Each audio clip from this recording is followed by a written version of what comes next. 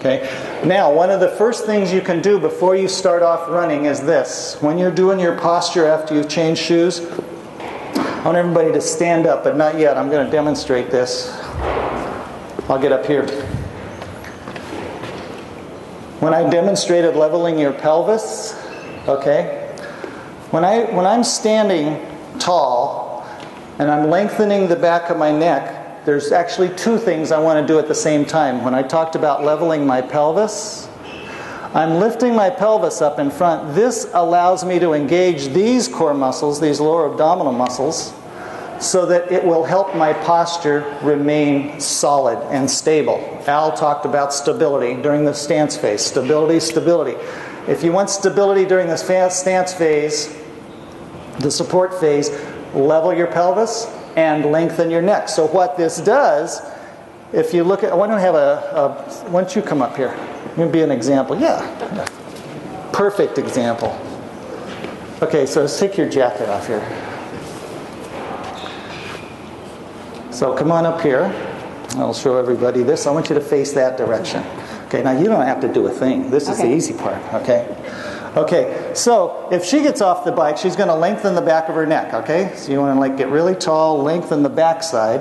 Let your chin will naturally drop when you're lengthening the back. And then if you level your pelvis, lift up on your lower abdominals, it's kind of like you're trying to put on a really tight pair of pants and get the zipper up, you got to have to level your pelvis a little, okay?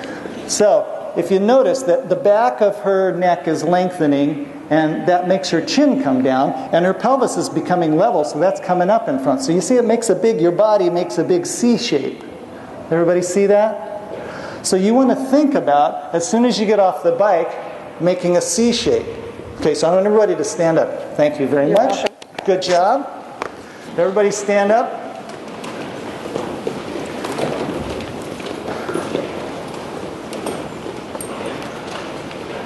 The whole idea, one of the most important things that I try to teach people in all the running classes that I teach and all the coaching that I do is posture. Because your running will only be as good as your posture is. If you're slumped like this, your legs are going to have to work so much harder. Your lower back is going to have to work harder. It'll take more impact. The back of your neck will have to work harder to hold your head up. So you want to align your body so that this structure is straight as an arrow, right down the line. Shoulders, hip bones, and ankles in a nice straight line. So when you get off the bike, you want to get yourself straight. Okay? Here's how you do it. So lengthen the back of your neck. Good.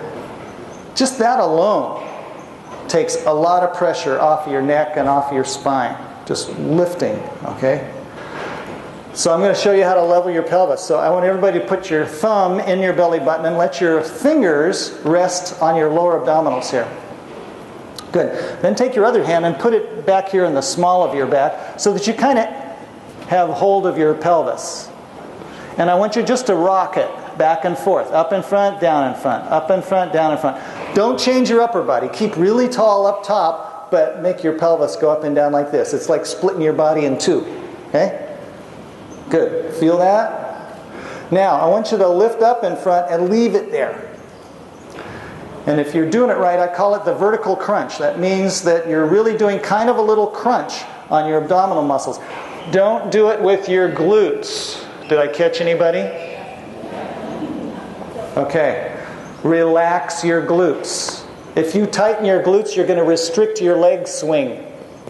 So I want you to loosen your glutes. So I want everybody to pick up your pelvis in front, hold it level, and then lengthen the back of your neck. And feel this C shape happening. You feel like you're gathering to a center. And that's how you want to run, centered. Okay? Now the last part of your posture is to make sure that when you look straight down, you can see your shoelaces. How most people stand is like this. Their hips are forward. Okay? So you want to look down. If you can't see your shoelaces, push your hips back until you can. And then remember this position. So if you can't see your shoelaces, your hips are too far forward, and that's going to really make your body non-economical, especially if you have back problems.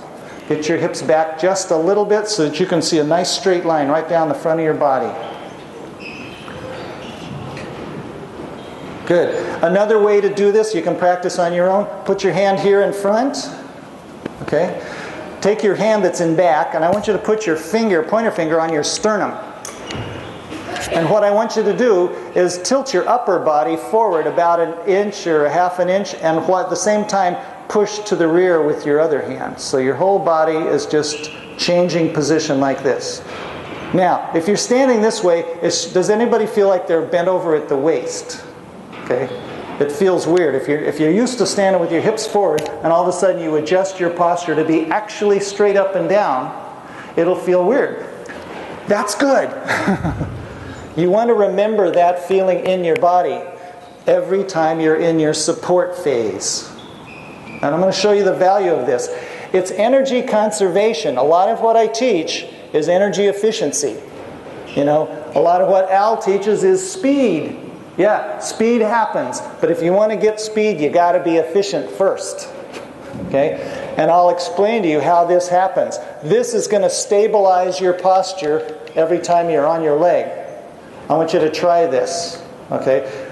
I want you to level your don't level your pelvis, just like let it go loose. Okay? Put your feet together. And I want you to shift your weight from one leg to the other.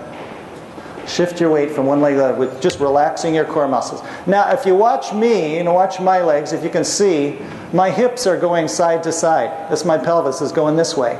There's no structure holding up my center line. Okay?